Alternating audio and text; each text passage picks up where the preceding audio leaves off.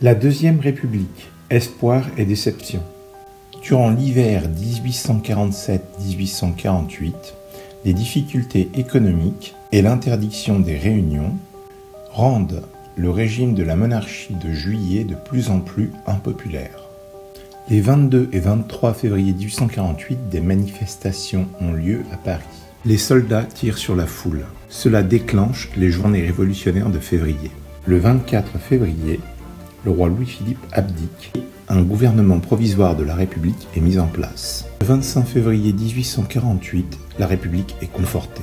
Les mesures prises alors ambitionnent des progrès politiques et sociaux. Ainsi, des ateliers nationaux sont créés afin de donner du travail aux chômeurs. Le suffrage universel masculin est instauré le 5 mars 1848. Le nombre d'électeurs passe ainsi de 100 000 à environ 9 millions de personnes. Les femmes sont fortement impliquées dans la Révolution.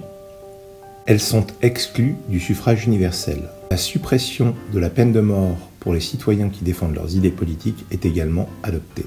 Les élections législatives d'avril 1848 voient la victoire des républicains modérés. Si Paris est au centre de l'action révolutionnaire, le reste de la France est plus conservateur et attaché à l'ordre public.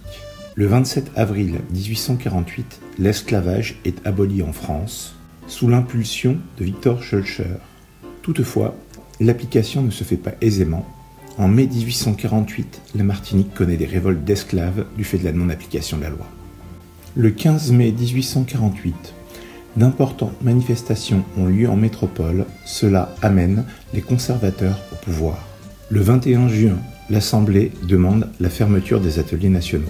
Ceux-ci, qui avaient été mis en place à l'initiative du socialiste Louis Blanc fin février, donnaient notamment du travail quotidien à plus de 100 000 Parisiens, qui construisirent alors des barricades. Après plusieurs journées insurrectionnelles, la répression armée, menée par le général républicain Cavaignac, est particulièrement violente et provoque la mort de plusieurs milliers d'insurgés.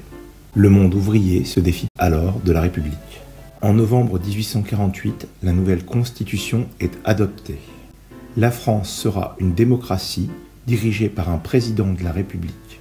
Le 10 décembre 1848, Louis-Napoléon Bonaparte, neveu de Napoléon Ier, présenté comme l'homme providentiel grâce à l'image héroïsée de son oncle, est élu à une très large majorité président de la République.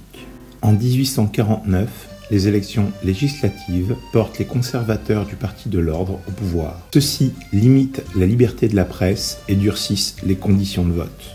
En avril 1849, ils adoptent des lois d'indemnisation des planteurs et colons à la suite de l'abolition de l'esclavage. Dans l'impossibilité constitutionnelle de se représenter à la présidence de la République, Louis-Napoléon Bonaparte provoque un coup d'État le 2 décembre 1851. Il dissout l'Assemblée. Les barricades sont dressées dans Paris, mais l'acceptation rapide du coup d'État montre que l'attachement des Français à la République n'est pas alors encore profondément ancré. Louis-Napoléon Bonaparte peut proclamer le Second Empire et devenir Napoléon III.